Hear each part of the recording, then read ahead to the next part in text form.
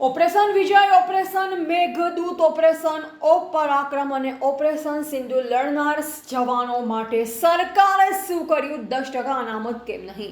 આ સેનાના જવાનો ભારત માટે પાડોશી દેશ પાકિસ્તાન સાથે અને ચીન સાથેના યુદ્ધમાં લડાઈ લડી દેશની રક્ષા કરી, સાથે આતંકવાદી હુમલા, દેશમાં ભૂકંપ કે પછી કોઈ કુદરતી આફતમાં પોતાના જાનની પરવા કર્યા વિના સેવા આપી ચૂક્યા છે. તે પાકિસ્તાન સામેના તમામ યુદ્ધોમાં વિજયી બન્યા છે. સેના દ્વારા હાથ ધરવામાં આવેલા અન્ય મોટા ઓપરેશનમાં ઓપરેશન વિજય, ઓપરેશન મેઘદૂત, ઓપરેશન પરાક્રમ અને ઓપરેશન સિંધુનો સમાવેશ થાય છે.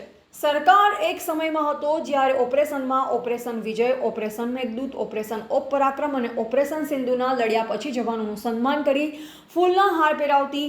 ક્યાં ગઈ દેશભક્તિ? ક્યાં ગયો દેશપ્રેમ? ક્યાં ગયા એ નેતા જો હાથમાં તિરંગા લઈ દેશભક્તિ બતાવી રહ્યા હતા?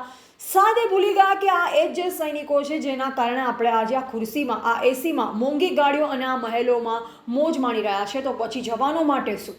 જો પોતાના પરિવારની પરવા કરવા વિના દેશ માટે બલિદાન આપી દીધું. 15મી ઓગસ્ટના દિવસે પણ ગાંધીનગર સત્યાગ્રહ છાવણીમાં પોતાના હક માટે 10 અનામત માટે બેસવું પડ્યું. ધન્ય છે આ સરકારને કે સૈનિકને પોતાના હક માટે પણ ભીખ માંગવા મજબૂર કરી દીધા. શું સરકાર આ જવાનોને ન્યાય આપશે ખરી? તે ટૂંક સમય જોવું રહ્યું. રિપોર્ટર ગીતાબેન એન બારોટ, જિલ્લા બ્યુરો ચીફ, ગાંધીનગર.